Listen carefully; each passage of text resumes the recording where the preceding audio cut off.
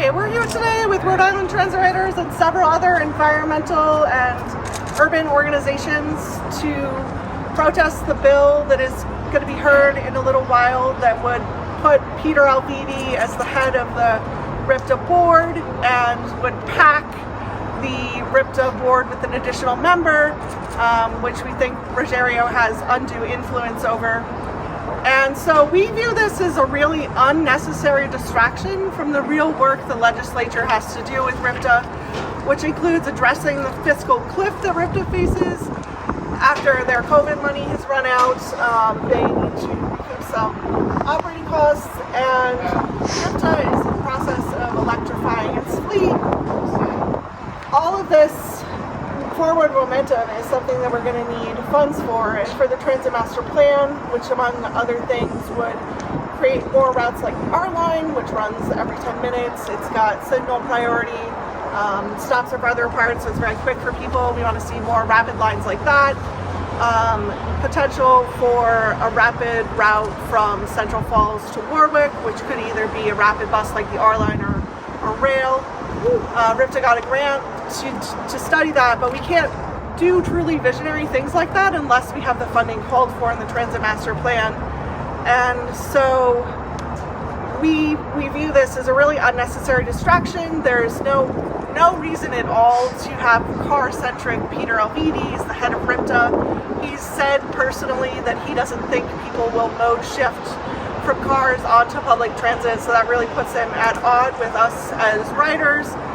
He's spending $85 million to widen Cranston Canyons, and that's just adding an extra mile to a highway for what? It's induced demand. People are just going to drive more on there, and it will just lead to further highway widening in the future. There's no reason to be spending that kind of money on highway widening when we are facing climate change, and the Act on Climate is not something that RIDOT is in compliance with, whereas it is something that Ripta has been a part of combating climate change with the electrification of their bus fleet. So we really do not see Ripta and RIDOT's goals or visions aligning here. And so we are here today to ask legislators to oppose this bill that would put Peter Alviti as the board chair and pack the board, and to fund the Transit Master Plan and get Ripta over this fiscal cliff. Next, I'm going to introduce John Flaherty. Thank you. Hello, John Flaherty with Grow Smart Rhode Island. We see this bill as a solution in search of a problem, frankly. Ripta is not broken, but it is severely underfunded. We wish that this bill was actually addressing Ripta's fiscal cliff, which we've all known about for some time, and the fact that Rhode Island invests the least amount of state money in public transportation, particularly when you compare Rhode Island to other urbanized states in our part of the country. With the support of the General Assembly, the opportunity exists right now for Ripta to leverage transit investments to strengthen Rhode Island's economy, to make significant gains in meeting the Act on Climate targets, to revitalize neighborhoods and downtowns, and to save Rhode Islanders thousands of dollars each year on transportation costs. So we hope that we can work with the legislature to address what is the real need, as opposed to spending this time working on a non-problem, frankly. Thank you. I'm going to pass it to Cedric. No, pass it to Barry first, and maybe Cedric after. Okay. I'm Barry Schiller. I'm a member of Transit Riders. I was on the board of Ripta back in the 1990s, so I know how the board operates.